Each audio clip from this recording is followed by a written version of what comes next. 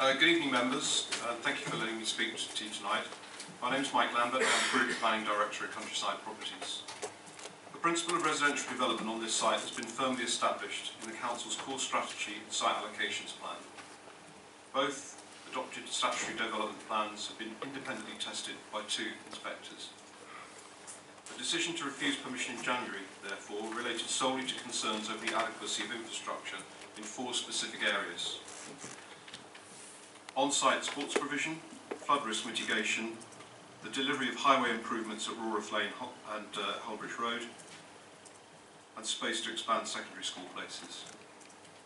We've listened to the committee's concerns, and this second application has been submitted with additional and updated supporting information and fully addresses those 4 issues. Taking the points in reverse order and starting with secondary school places, the Education Authorities again raised no objection to the application. The technical note submitted with our new application explains there is physical space both within the Fitzwaymark and Swain School Park schools to accommodate additional pupils, and this has been confirmed by the Education Authority. We've agreed to fund the provision of those necessary additional places in accordance with the County Council's formula. Moving on to Rawreth Lane and the Hambro Hill junction, you've heard that it's been accepted by Essex County Council as local highway authority that in isolation our application does not generate sufficient impact on its own to warrant improvements to that junction. The principal future impact on this junction will come from the local plan allocation at Holbridge, and we understand it will be this site that would deliver the necessary improvements. Notwithstanding this, we are still committed to provide funds towards those improvements. The principal traffic impact from our application is on London Road, and we've made a clear commitment to undertake a set of improvements to mitigate the effects of development traffic at an estimated cost of between £750,000 and £800,000. So, between Holbridge and London Road developments, the Council has the means to secure the necessary improvements to both Rawreth Lane and London Road corridors to support the local plan allocations. Turning to flood risk, our previous application had the support of both the Environment Agency and Essex County Council.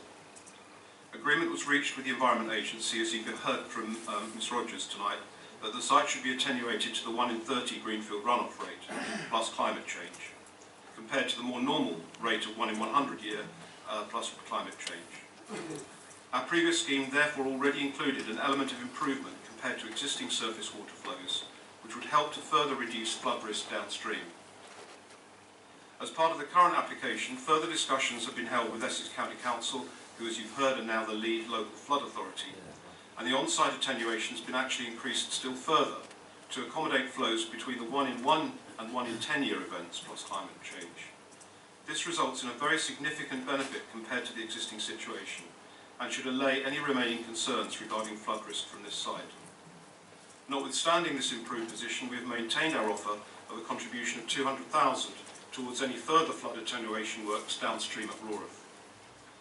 Turning finally to sports pitch provision, we've met Sport England and they agree there is no local policy that would require the provision of more open space than we're proposing.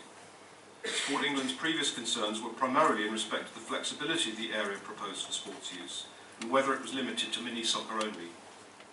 Sport England requested we undertake a feasibility study to demonstrate the usability of the proposed sports area, which we have done, and this confirms the area is suitable and that our proposals will offer future flexibility, particularly given that our sports area sits alongside the sports pitches already owned by the Council. We believe that the material submitted with our updated application demonstrates that we're able to address all the concerns the Council had previously identified, and we hope that the committee will now be able to support this application, which will provide 35% of the housing as affordable rent or shared ownership in line with the Council's policy, a package of mitigation worth approximately £7.5 million, together with more than 60 acres of publicly accessible open space. Over a period of more than 5 years, Countryside has sought to work constructively at each stage of the local plan process of identifying and allocating this site as the most suitable for meeting housing need within Rochford, and we wish to continue to work positively with the Council and stakeholders to now deliver these much needed new homes. Thank you. Thank you.